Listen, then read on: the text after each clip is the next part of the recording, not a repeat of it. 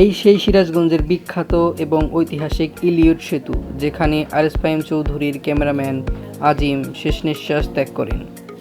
আসসালামু আলাইকুম এভরিওয়ান। আজকে আমার পাসপোর্ট পাওয়ার আনন্দে বন্ধুদের নিয়ে যাচ্ছি কাচ্চি সম্রাটে। যেহেতু এই সিরাজগঞ্জের বিখ্যাত এবং ঐতিহাসিক ইলিয়ট ব্রিজের উপর দিয়ে যাচ্ছি, তো আপনাদের ভাবলাম দেখিয়ে নিয়ে যাই।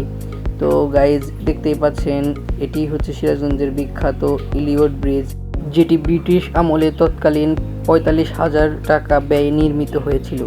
সো এই ব্রিজটা পার হলেই এসএস রোড, আর এসএস রোডের শেষ মাথায় কাচ্চি সম্রাট বিরিয়ানি হাউস দোকানটা। তো আমরা এখন সেখানেই যাচ্ছি। এভরিওয়ান দেখতে থাকুন পুরো ব্লগটি। আশা করি আপনাদের ব্লগটি অনেক বেশি ভালো লাগবে।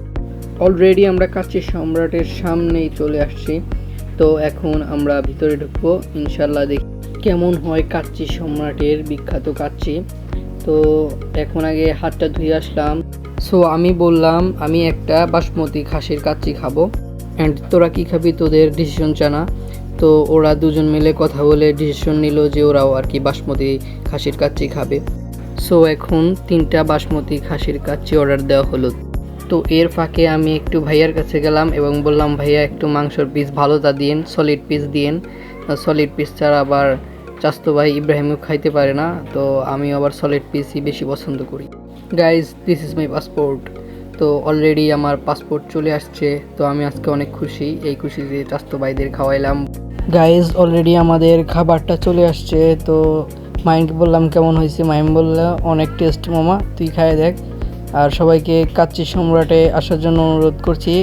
যারা সিরাজগঞ্জ আসবেন অবশ্যই কাচ্চি সম্রাটে আসবেন। তো আমাদের জন্য সালাদ দিয়ে গেল। তো চাস্তো ভাই বললাম আমার এই মাংসের পিসটা একটু ঘুরাই দিন। সো গাইজ, ব্লগটি এখানেই শেষ। যারা যারা এখন আমার চ্যানেলটি সাবস্ক্রাইব করেনি অবশ্যই আমার চ্যানেলটি সাবস্ক্রাইব করে পাশে থাকবেন এবং পাশে থাকা বেল আইকনটি অন করে দেবেন। Thank you guys.